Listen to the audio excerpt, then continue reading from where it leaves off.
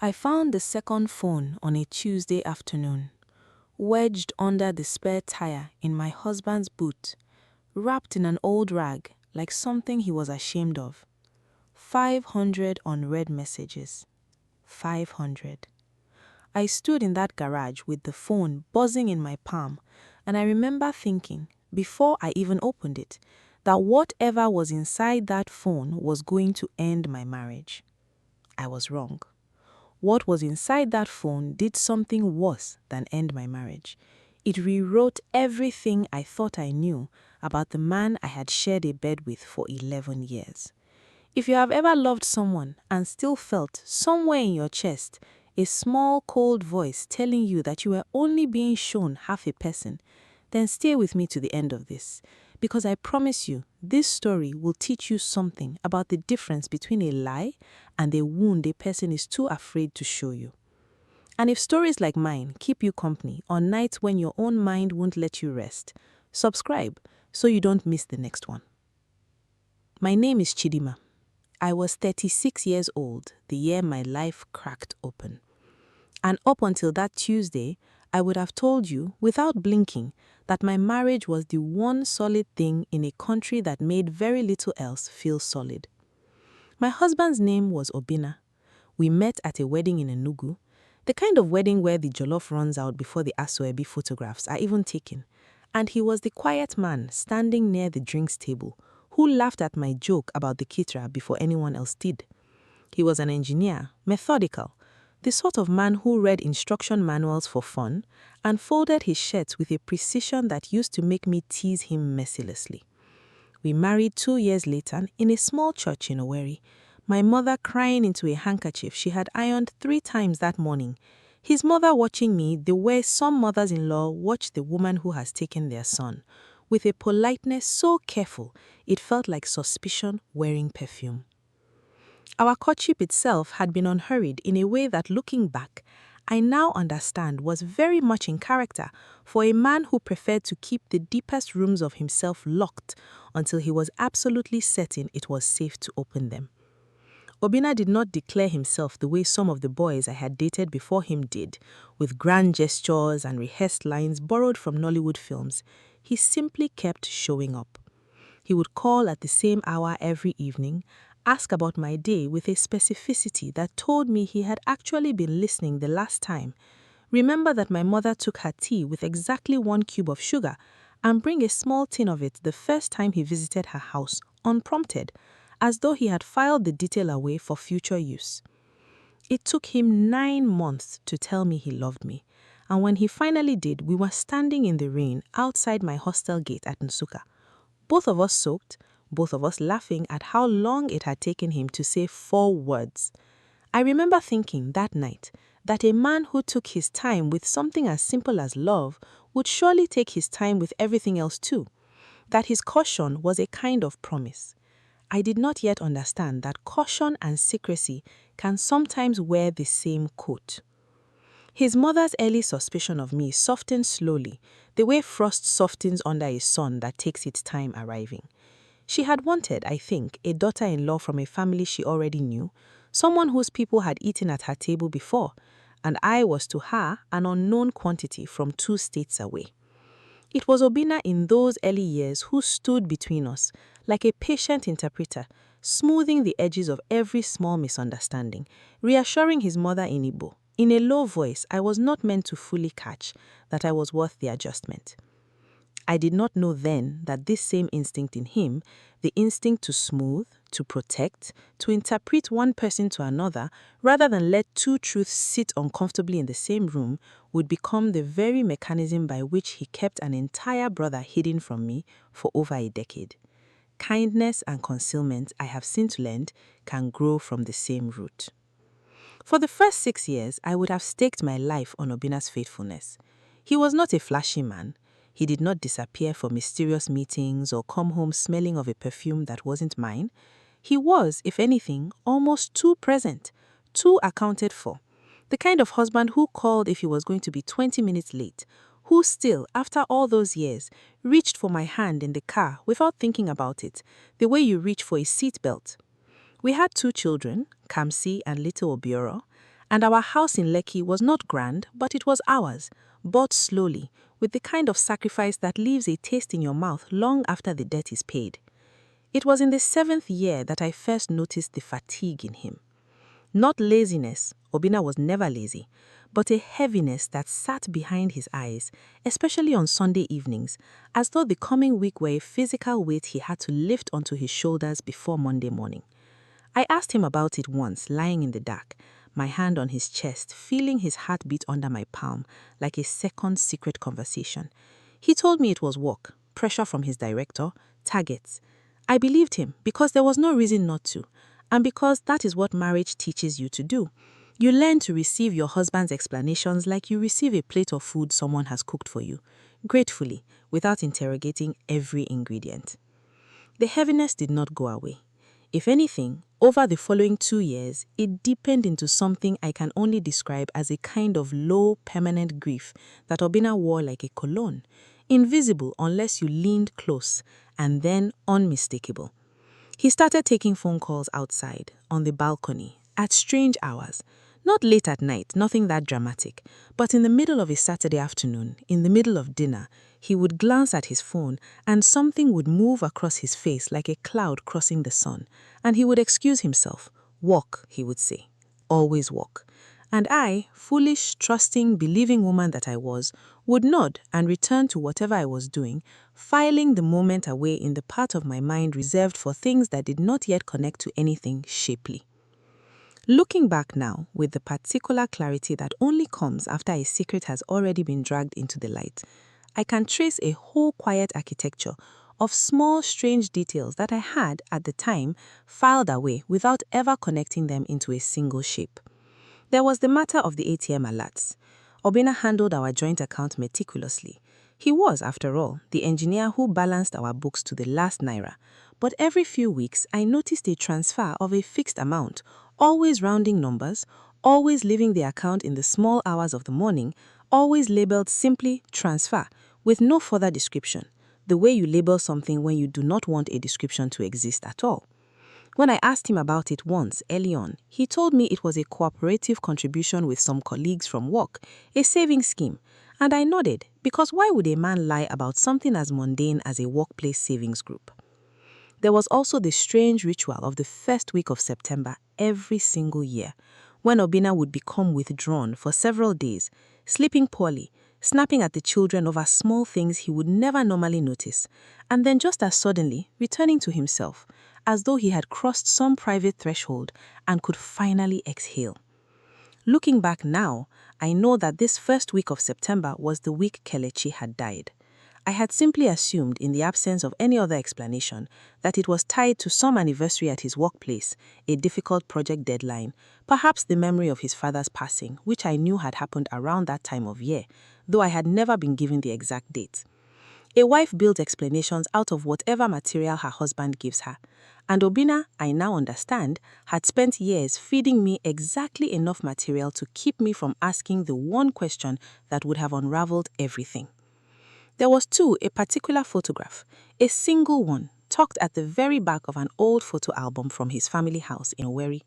I had come across it once, years earlier, while flipping through the album with his mother during a Christmas visit, and I had asked casually, "Who is this with you?" His mother's hand had frozen over the page for just a fraction of a second before she turned it smoothly, almost too smoothly, and said, "Just a cousin, long time ago." I had believed her completely. I had no reason to.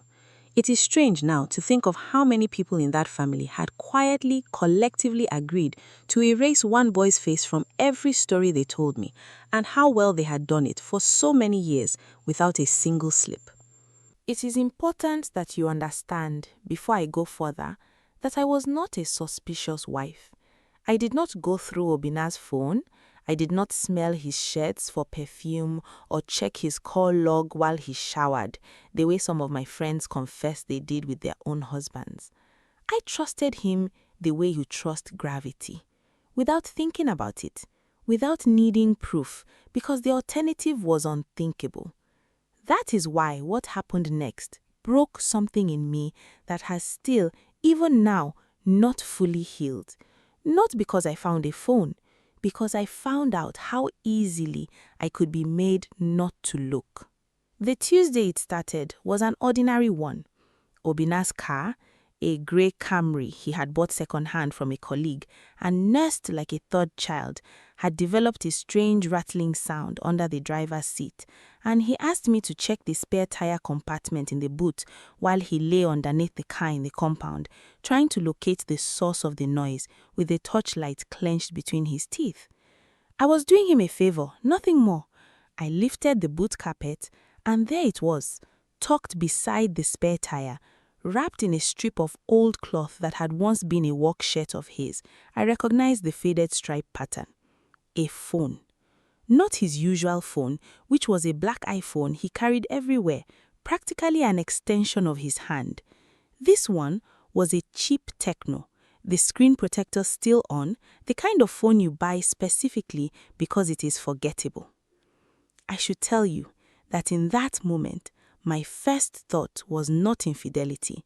My first thought, ridiculous as it sounds now, was that it might be a phone belonging to someone at his office, something he was keeping safe for a colleague. That is how much benefit of the doubt 11 years of marriage buys you. I almost put it back. I almost closed the boot carpet over it and said nothing because some small, self-protective part of me understood, even then, standing in that garage with the Lagos afternoon heat pressing down on my neck, that once I opened that phone, there would be no closing the boot carpet over what I found. But I am not a woman who can leave a locked door unopened once I know it exists, so I carried the phone inside, sat on the edge of our bed, and pressed the power button. It was not even locked. That detail has stayed with me, the fact that whatever this phone was for, Obina had not thought to protect it with a passcode, as though some part of him wanted or expected to be found. The messaging app opened to a single unbroken thread. 511 unread messages, the little red counter glaring at me like an accusation. The contact was saved simply as I.O. No name, no photo. Just 2 letters, as cold and deliberate as a code. I want you to sit with me in that moment because I think about it often. The seconds before I opened that thread, when my marriage was still, technically, the thing I believed it to be. I remember the ceiling fan turning slowly above me. I remember Kamsi's laughter drifting up from the compound where she was playing with the neighbor's children, that untroubled silver sound that children make when they do not yet know that the ground beneath a family can shift without warning. I remember thinking, please God, let this be nothing. And then I opened the thread. The first messages I scrolled to were old, over a year deep into the conversation, and they were financial. Numbers, bank details, a message that read, I sent the 200 this morning, confirm when it lands. Another, school fees deadline is Friday, please don't make me beg you again. My stomach did something complicated, a slow drop mixed with a strange, thin relief, because these did not read like love letters.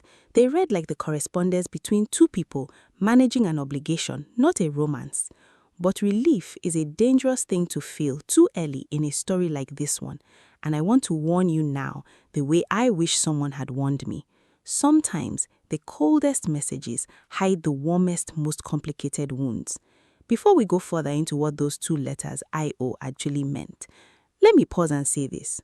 If you have ever discovered something that made you question everything you thought was solid in your life, you are not alone, and I would love for you to be here with me when I tell you exactly what those messages led me to. Subscribe now, because what I found underneath those money transfers was not what any of us expected, not even, I think, Obina himself. I scrolled further back, my thumb trembling now, my mind trying and failing to build a story that made sense of school fees and bank transfers between my husband and a woman who was not me. Because it was a woman, I could tell from the phrasing, from a message near the bottom of the thread that read, Chidera is asking why her uncle doesn't come anymore. What do I tell her? Chidera. A child's name. Uncle.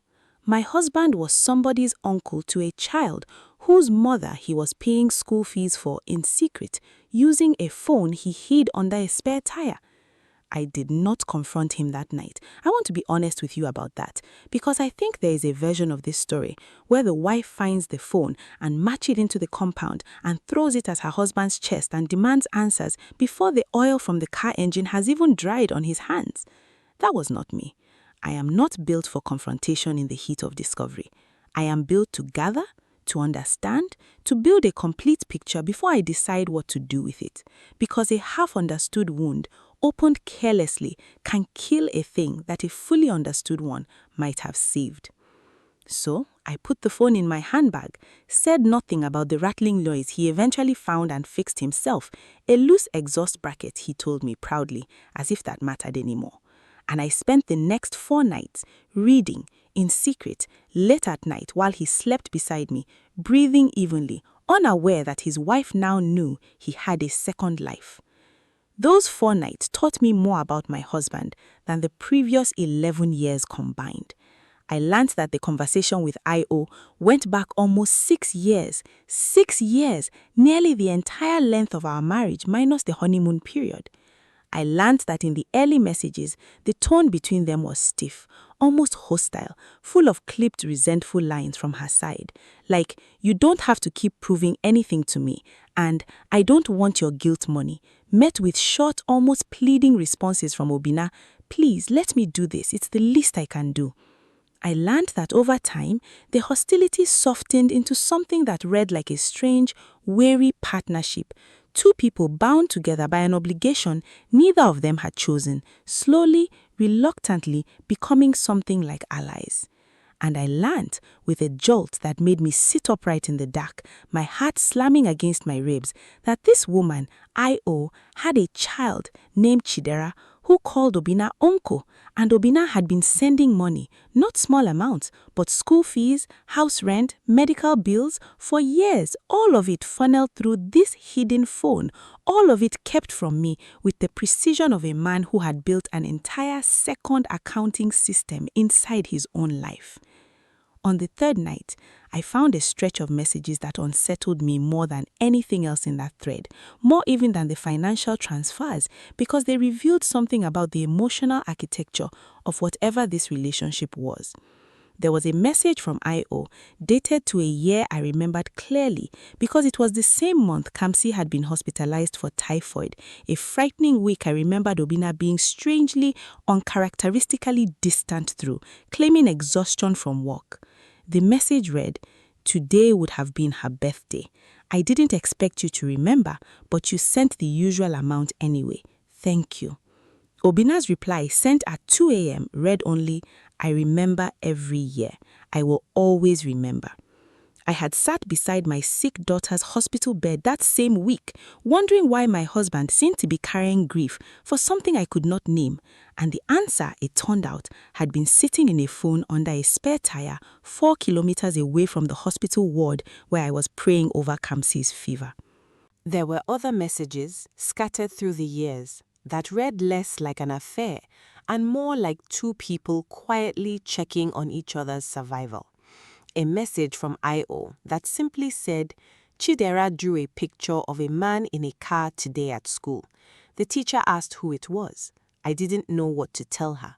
Followed by a gap of nearly 6 hours before Obinna's reply, a single word, "God."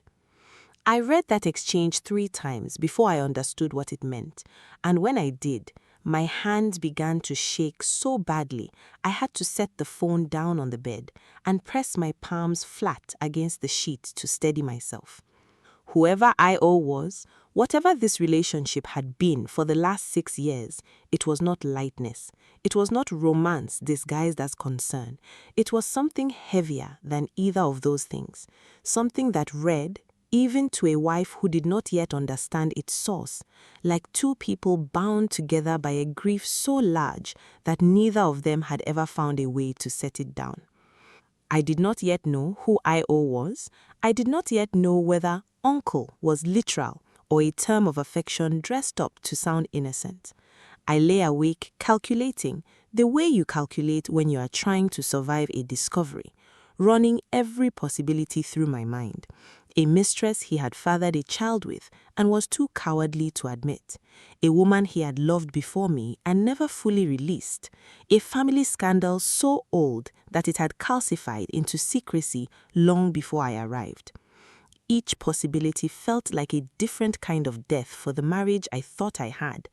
And I want to tell you, if you are watching this and you have ever lain awake beside a sleeping spouse doing this exact arithmetic of dread, that the not knowing is its own particular cruelty. It is worse, almost, than the discovery itself. On the 5th day, I did something I am not proud of, but I do not regret it either. I called my younger sister, Ifeira, who works in a bank and has, over the years, developed a talent for finding information that people would rather keep buried. I gave her the number saved as IO and asked her, without explanation, to find out whose SIM registration it belonged to. It took her 2 days. When she called me back, her voice was careful, in a way that made my chest tighten before she had said a single word.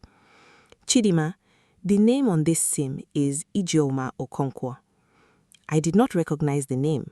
I asked her to check further, social media, anything, and by that evening she had sent me a screenshot of a Facebook profile, a woman, maybe in her mid-30s, with a face that was pleasant but unremarkable, the kind of face you would pass in a market without a second glance.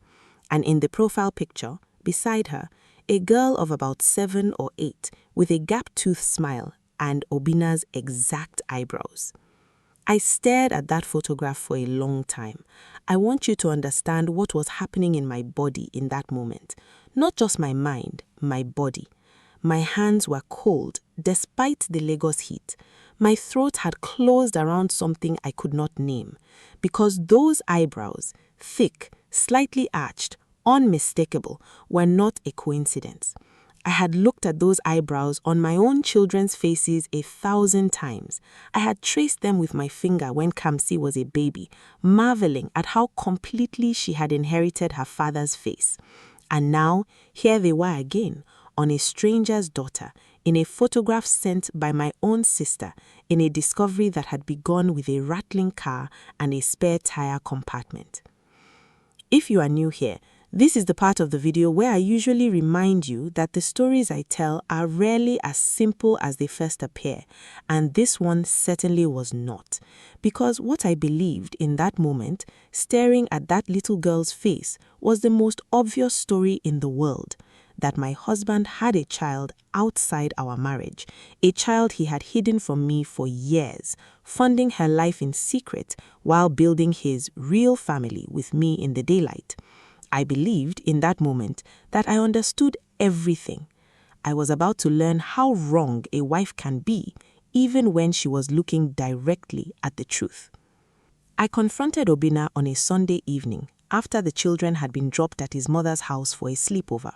I had arranged it deliberately because I did not want Kamsi or Biora anywhere near whatever was about to happen in that house.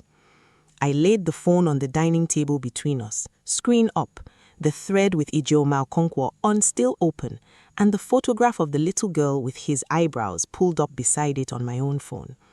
I did not shout, I want you to tell you that, because I think there is a dignity in not shouting even when your whole body is screaming. I simply asked him, "Who is Chidera and why does she have your eyebrows?" Obina did not deny anything. That in itself told me something. A guilty man caught unprepared will usually reach first for denial, some scrambling excuse before the truth is forced out of him.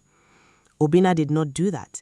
He looked at the phone on the table and something in his face collapsed, like a building whose foundation had finally given way after years of slow, invisible cracking.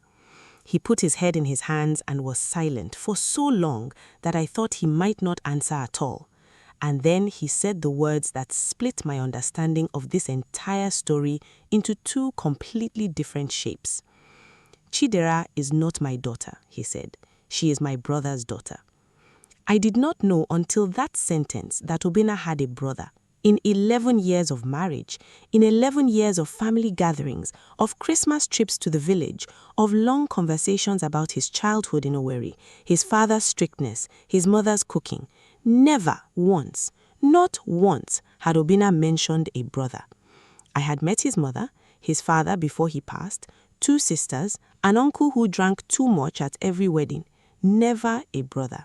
And now, at our dining table, with a hidden phone between us like a small guilty animal, he was telling me that a man I had never heard of had fathered the child whose photograph was sitting on my screen.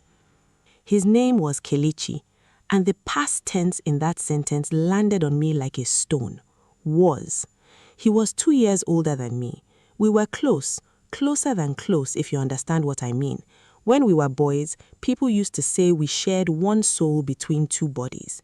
His voice, when he said this, had a texture I had never heard in it before, something raw and unpracticed, as though this was a story he had never once told out loud, not even to himself. Kelechi died 8 years ago, before you and I got married. A car accident on the Owerri-Onitsha road at night. I want to pause here and speak directly to you, because I think this is the moment in the story where everything I believed about the shape of this secret began to shift. I had walked into that confrontation prepared for a story about betrayal, a hidden mistress, a hidden child, a husband who had built a second family in the shadows of our first one. I believed in that moment that I understood everything. I was about to learn how wrong a wife can be, even when she was looking directly at the truth. Obinna told me the rest of it that night, in pieces, the way a man tells a story he has spent years trying to not remember in full. Kelechi had been the golden one in the family. Brilliant, the first to attend university, the one their mother pointed to when she wanted to shame the younger children into working harder. He had married young to Ijeoma, a woman from a modest family in Kere, and they had one child, Chidera, when Kelechi was only 26. Obinna adored him. Worshipped him was the word he actually used, sitting there at our dining table, his voice thick. He was the reason I finished my engineering degree, Obinna said. He paid half my school fees when our father's business collapsed. I owed him everything. On the night of the accident, Obinna had been driving. This was the detail that changed the entire shape of the story. The detail he had clearly spent 8 years trying to bury under silence and distance, and a locked second phone hidden beneath a spare tire. Obinna had been driving, Kelechi in the passenger seat, coming back from a family function in the village, both of them tired, both of them, Obinna admitted with his eyes fixed on the table, both of them having had more palm wine than either should have before getting into a car. A truck had come around a bend with no headlights. Obinna swerved. The car had rolled twice. Obinna had walked away with a broken collarbone and a scar along his hairline that I had traced with my fingers 1,000 times over the years, always believing the story he'd given me, that it was from a childhood fall out of a mango tree. Kelechi had not walked away at all. "I killed my brother," Obinna said, and the words came out of him like something being physically torn loose. I have never said that sentence out loud before. Not to my mother, not to Ijeoma, not to a priest, not to you. I killed him, and everyone in my family agreed, without ever saying it directly, that the kindest thing we could do for each other was to never speak of it again. So we didn't. We buried Kelechi, and 3 months later, we buried his name along with him. My mother cannot hear it without leaving the room. My sisters flinch, and I let myself believe for 8 years that if I never said his name to you, I could somehow protect you from a man who was capable of killing the person he loved most in the world through nothing more than a moment of carelessness. I sat there in the dining room of the house we had built together, and I felt something strange happen inside me, a rearrangement, not quite forgiveness, not quite understanding, but a recognition that the man across from me was not the man I had thought I was confronting an hour earlier. The husband I had prepared myself to hate for having a secret child was in fact a man who had spent 8 years secretly financing his dead brother's widow and daughter, driven by a guilt so enormous he had never found the courage to even name its source to the person who shared his bed every night. This did not erase my anger. I want to be very clear about that, because I think stories like this one too often rush toward a tidy forgiveness that real life rarely offers so cleanly. My anger was still there, sitting beside this new understanding, refusing to leave simply because the shape of the betrayal had changed. Because whatever his reasons, Obinna still lied to me, not once, but every single day for 11 years, through omission, through a hidden brother, through a hidden phone, through a scar he had given me a false story about. Grief does not automatically purchase forgiveness. It only explains the shape of the wound. I asked him that night why he had never simply told me the truth, even without the driving, even just the existence of a brother who had died. Why hide an entire person's memory from the woman he married? His answer has stayed with me in a way few things anyone has ever said to me have stayed. He said, because the moment I told you about Kelechi, I would have to tell you how he died. And once you knew how he died, you would look at me the way my mother looks at me now, like a man capable of destroying the people he loves most without even meaning to. I could not bear for you to look at me that way. I would rather you think I had a secret mistress than know I killed my own brother. I did not sleep that night. I lay in our bed, in the dark, listening to Obinna's breathing beside me, uneven, awake, both of us pretending for the children's sake that the house was quiet and ordinary. And I thought about what it meant to be married to a man for 11 years and discover in a single evening that grief had been living in our house, disguised as work stress, disguised as Sunday evening heaviness, disguised as a scar from a childhood mango tree that had never existed. I want to say something here, gently, to anyone listening who has ever hidden a wound from someone who loved them because they were afraid of being seen differently. I understand it. I do not excuse it, not entirely, not when it costs another person 11 years of half-truths, but I understand the fear underneath it now in a way I did not before that Sunday. The following weeks were the hardest of our marriage, harder even than the early years of financial struggle, harder than the miscarriage I had before Kamsi was born. Because now there was a decision sitting on the table between us that neither of us knew how to make. I insisted on meeting Ijeoma. I told Obinna this was non-negotiable, that if this woman and her daughter had been a quiet, hidden part of our family's finances for 6 years, I deserved to look her in the eye and understand fully what my husband's secret actually cost and who it actually protected. We met at a small restaurant in Ikeja, neutral ground, chosen carefully by Obinna, who was so nervous in the days leading up to it that he barely slept. Ijeoma arrived without Chidera, a decision I was grateful for, though I did not say so at the time. She was smaller in person than her photograph suggested, with a directness in her eyes that told me immediately that she was not a woman who had spent the last 6 years playing a passive role in whatever arrangement Obinna had constructed. She sat across from me, ordered a Coke she barely touched, and said before I could even begin, I told him years ago that this secrecy would eventually destroy something. I told you you deserved to know. He wouldn't listen. Men like Obinna would rather carry a mountain alone than let someone help him lift a stone. I asked her plainly why she had never accepted his money all these years if she resented the secrecy so much. Her answer surprised me with its honesty. She said, because pride does not pay school fees. I resented the secrecy, not the money. I told him, send it openly. Let your wife know. Let me stop being a shadow in your life. But he was terrified, not of you leaving him, though I think some part of him feared that too, terrified of what it would mean to say his brother's name out loud in front of you and watch your face while he confessed how Kelechi died. So I took the money in silence, because a proud woman with a fatherless child does not have the luxury of turning away help simply because the manner of its giving is cowardly.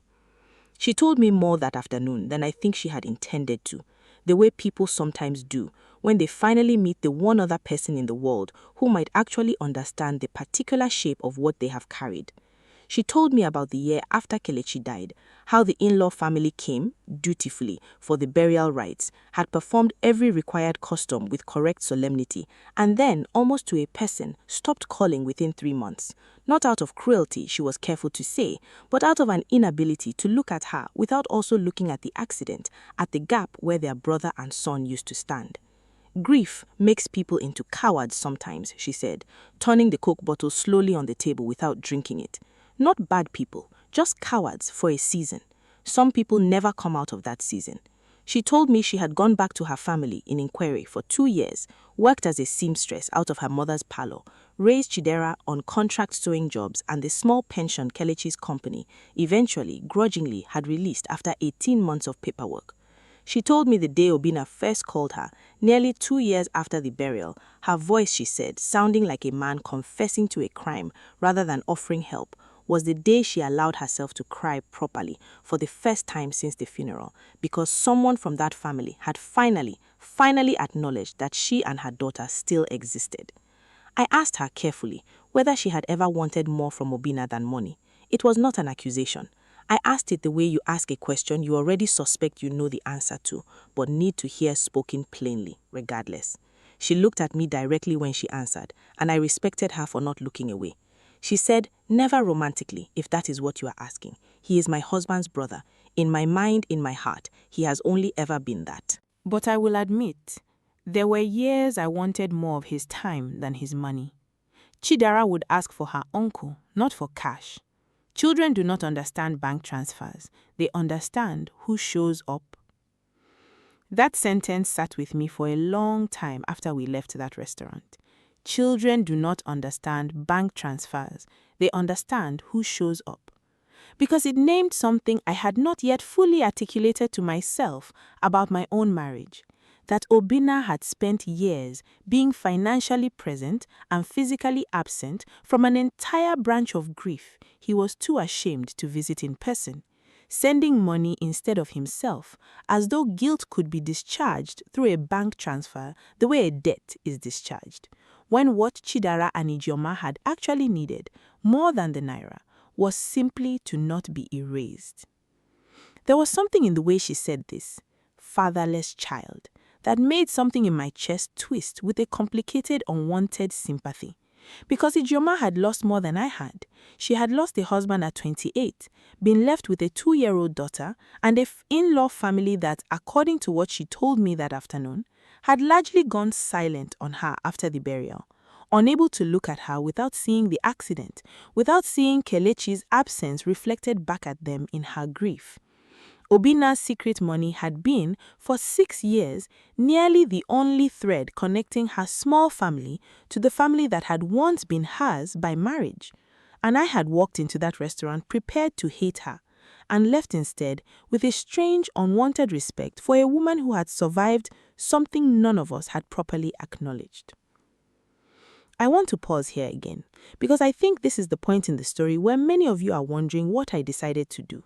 Whether I stayed, whether I left, whether Ijeoma's daughter became part of our lives, or remained a carefully managed secret in a different form. I promise you, I will tell you everything.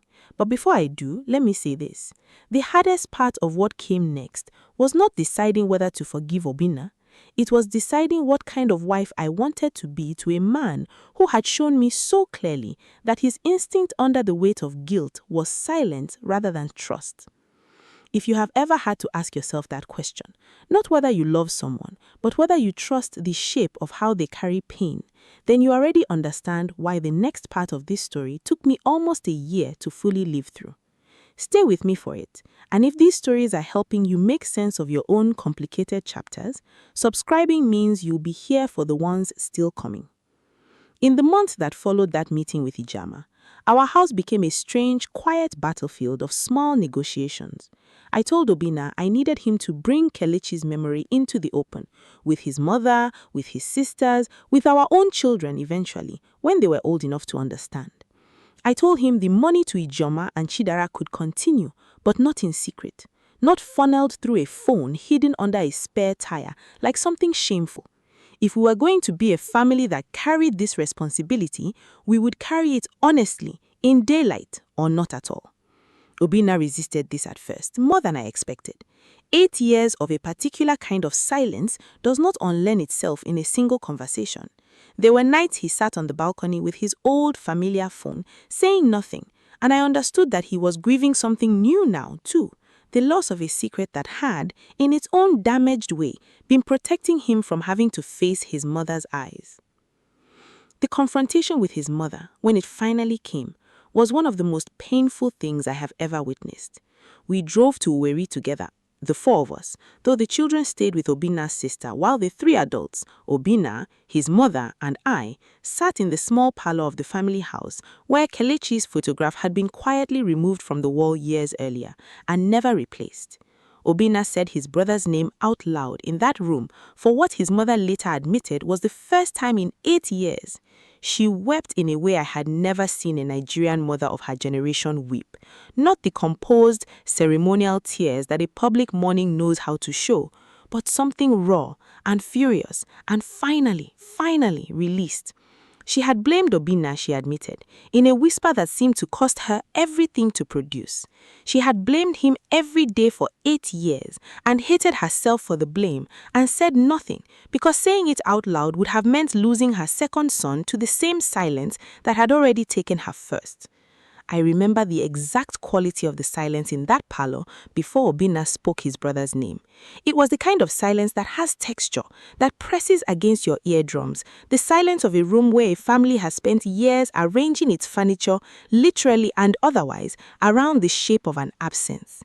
His mother sat very upright on the settee she had owned for as long as I had known her, her wrapper pressed with the same careful precision she brought to everything, her hands folded in her lap in a way that looked composed and was, I would later understand, a form of bracing. Obinna sat across from her, and I sat slightly apart from both of them, close enough to witness, far enough to not intrude on something that belonged first to a mother and a son. "Mama," he said, and his voice cracked on the single syllable in a way I had never heard it crack before, not once in 11 years. "Mama, I need to talk about Kelechi." His mother's whole body went rigid, as though the name itself carried a physical charge. For a long moment, she said nothing, and I watched Obinna's courage nearly fail him in that silence, watched him almost retreat back into the 11 years of quiet he knew so well. But he did not retreat. He told her about the phone, about Ijeoma, about Chidera, about the 6 years of secret transfers, and then finally, in a voice that had dropped to almost nothing, he told her that he had never once, in 8 years, allowed himself to properly grieve his brother, because grieving would have required him to also confront, out loud, in front of the people who loved Kelechi most, that his own hands had been on the wheel that night. It was then that his mother began to weep, not the composed ceremonial tears I had seen her perform at funerals and vigils over the years, tears that seemed to know their own boundaries, but something entirely different, something that came from a much older, much rawer place, a grief that had been clearly rationed and hoarded for nearly a decade because there was no safe room to release it in. "You think I blamed only you," she said, when she could finally speak, her voice thick and broken in a way that frightened me a little, because I had never seen this woman be anything but composed. "I blamed myself more. I was the one who insisted you both attend that function. I was the one who told your father, when he wanted you home before dark, that 2 grown men did not need a curfew. I have carried that thought every single day for 8 years, and I said nothing because I thought my silence was protecting you from having to carry my guilt on top of your own. We built a house of silence, the two of us, brick by brick, and we let it stand between us for 8 years without either of us ever once checking if the other person was also drowning inside it." I sat there, largely unable to speak, watching a mother and son excavate in real time a grief that had been buried so completely that even the people digging it up seemed astonished by how deep it went. It was Obinna's mother in the end who asked to see a photograph of Chidera on his phone, his real phone now, not the hidden one, which he had weeks earlier finally stopped using altogether, transferring every future payment openly through our joint account in the light where I could see it, where there was nothing left to hide. She looked at the photograph for a long time, her thumb hovering over the little girl's face on the screen, and said quietly, almost to herself, "She has Kelechi's smile." It was the first time in 8 years, Obinna told me later, that he had heard his mother speak his brother's name and smile in the same breath. That afternoon in Owerri did not fix everything. I want to be honest with you about that, because I think too many stories promise a single conversation can dissolve 8 years of buried grief, and that is not how grief actually works. But something shifted in that room. Obina's mother agreed eventually, hesitantly, to meet Chidera, her granddaughter, whom she had never once acknowledged in 8 years, out of a shame she could not name even to herself. Ijama agreed cautiously to let the relationship exist in the open, though she made it clear, and I respected her for it, that she was not interested in being absorbed back into a family that had abandoned her in her worst year and only remembered her when secrecy became unsustainable. I will tell you, because I promised to be honest with you from the beginning of this story, that Obina and I did not simply return to the marriage we had before that Tuesday in the garage. Something had been permanently altered. I no longer trusted, in the automatic, unthinking way I once had, that Obina's silences meant nothing. I found myself watching him more carefully, not out of suspicion exactly, but out of a new awareness that a man capable of hiding a brother for 11 years was capable of hiding other things too, if the shame attached to them felt large enough. We went to counseling, something neither of our families had ever done, something Obina's mother privately considered a kind of foreign nonsense, but something that gave us a language for the parts of the marriage that had gone unspoken for so long they had nearly calcified into permanent silence. Our counselor was a soft-spoken woman named Mrs. Adeonju, who worked out of a small office in Surulere with a single potted plant on her windowsill that never seemed to grow any bigger no matter how many months we sat across it. In our second session, she asked Obina a question that I have never forgotten because I watched it land on him like a physical blow. She asked him, "When you hid that phone under the tire, who exactly were you protecting? Your wife or yourself?" He did not answer immediately. He sat with the question for the better part of 2 full minutes, the longest silence I had ever watched him sit inside without flinching. And when he finally spoke, his voice was smaller than I had ever heard him. "Myself," he said. "I told myself it was you. I told myself I was sparing you from having to live with a husband who killed his brother. But if I am honest, in that room with you asking me this, I was sparing myself from having to watch your face change the day you learned what I actually was." That session cracked something open in me too, something I had not expected, because I realized sitting there that a part of my anger toward Obina had always assumed his silence was purely a form of control, a decision made about me, without me, that positioned him as the sole author of what I was and was not permitted to know about my own life. And there was truth in that. I do not want to soften it more than it deserves, but there was also underneath the control a terrified boy who had never once been given permission by anyone in his family to be afraid of his own reflection. Both things lived in him.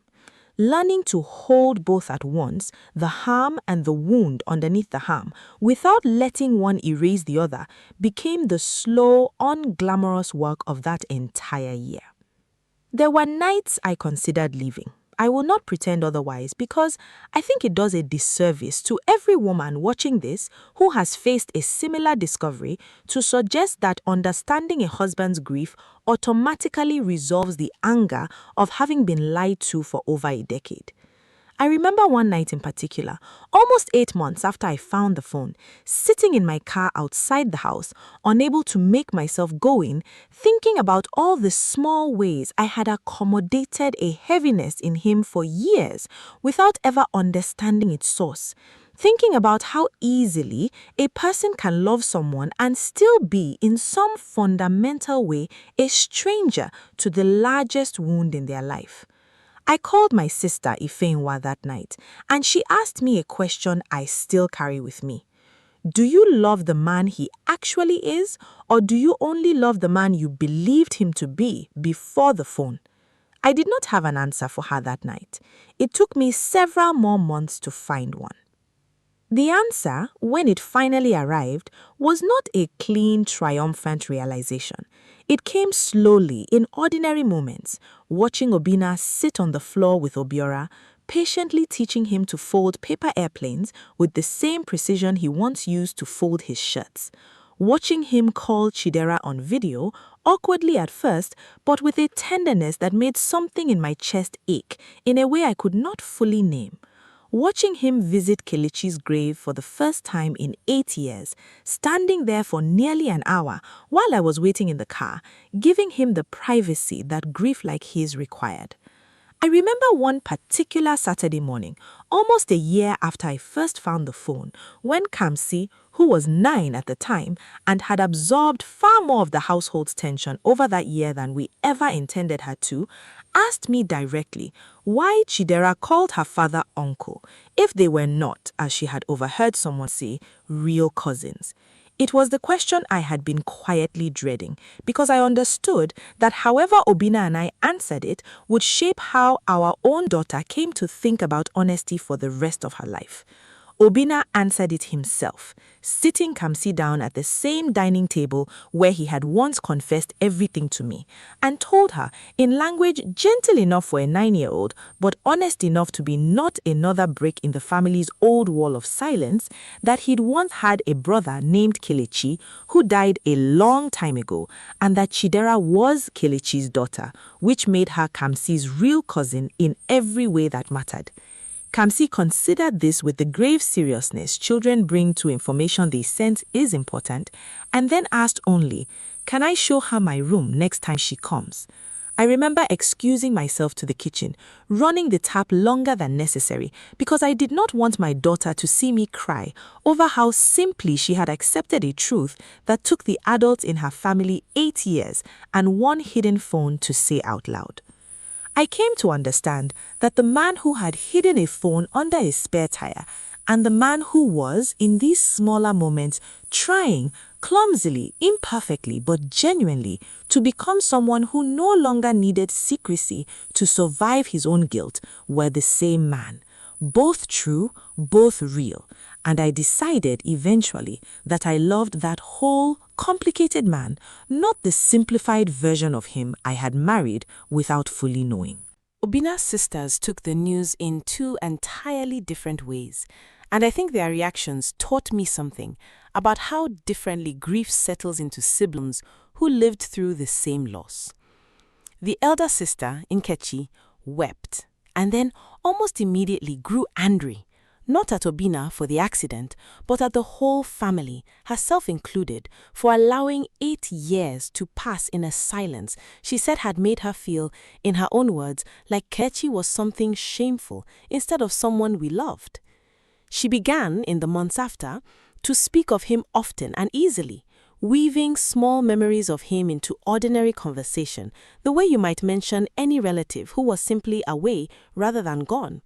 And I think this was her way of correcting in real time the years of erasure. The younger sister, Adaura, took longer.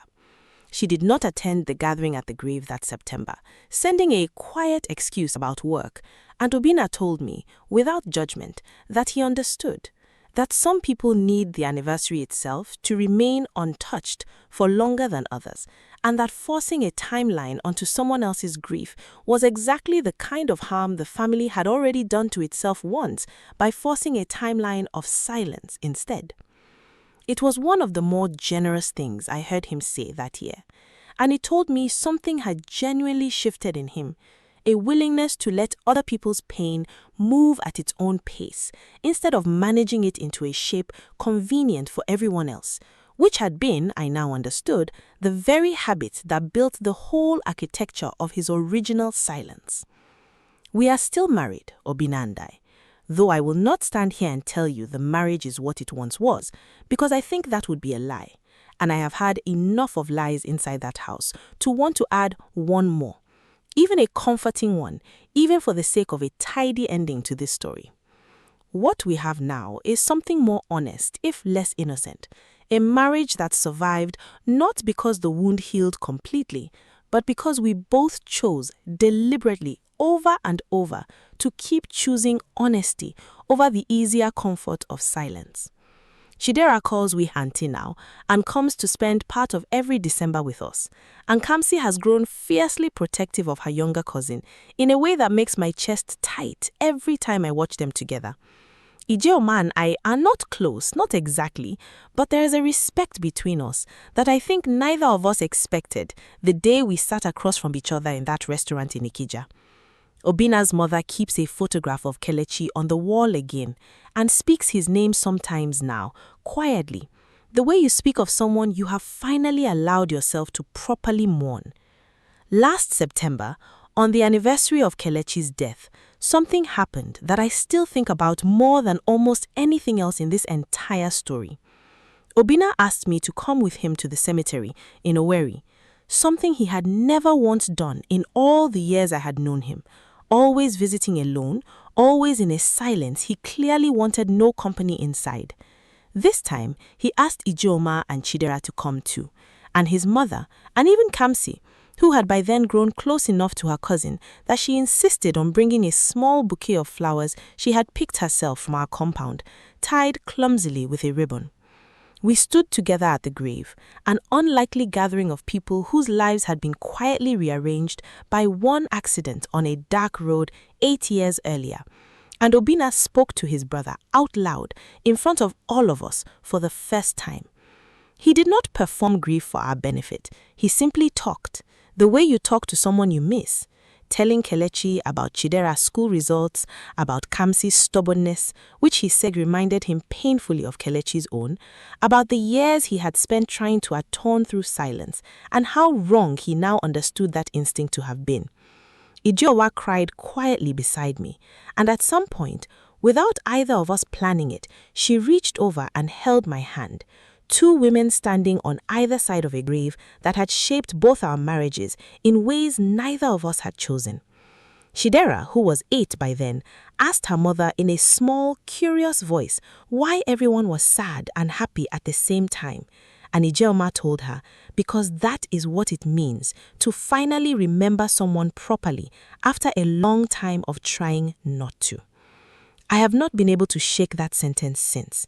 It has become for me the closest thing I have to a summary of that entire year of our lives. I think often about that phone wrapped in an old rag under the spare tire and what it taught me about the difference between the secrets people keep to protect themselves and the secrets people keep because they have never learned another way to survive their own shame. I do not think Obina set out to deceive me 11 years the way a man sets out to build a double life. I think he was a boy who watched his brother die in a car he was driving and never received permission from his family, from himself, from anyone to grieve that loss without also carrying the unbearable weight of causing it. Silence became the only shelter he knew how to build.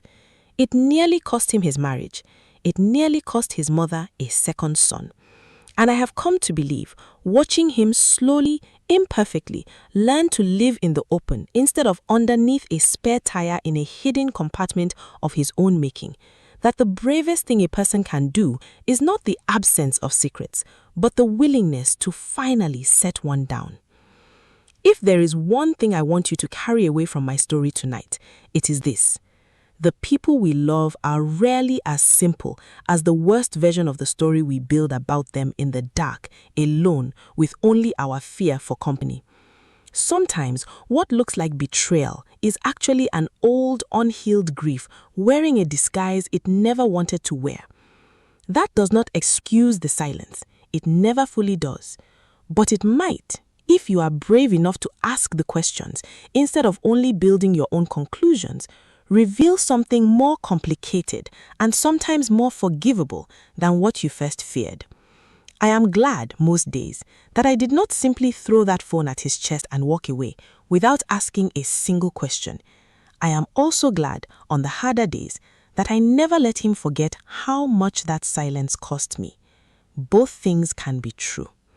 That, I think, is 11 years of marriage and one hidden phone finally taught me. If my story kept you here till this final word, it means something in it found you exactly where you needed to be found tonight. Subscribe and stay close because there will always be another story waiting on this channel. One more secret, one more silence finally broken. One more woman learning, the way I did, that the truth, however painful, is almost always kinder in the end than the shape our fear builds in its absence.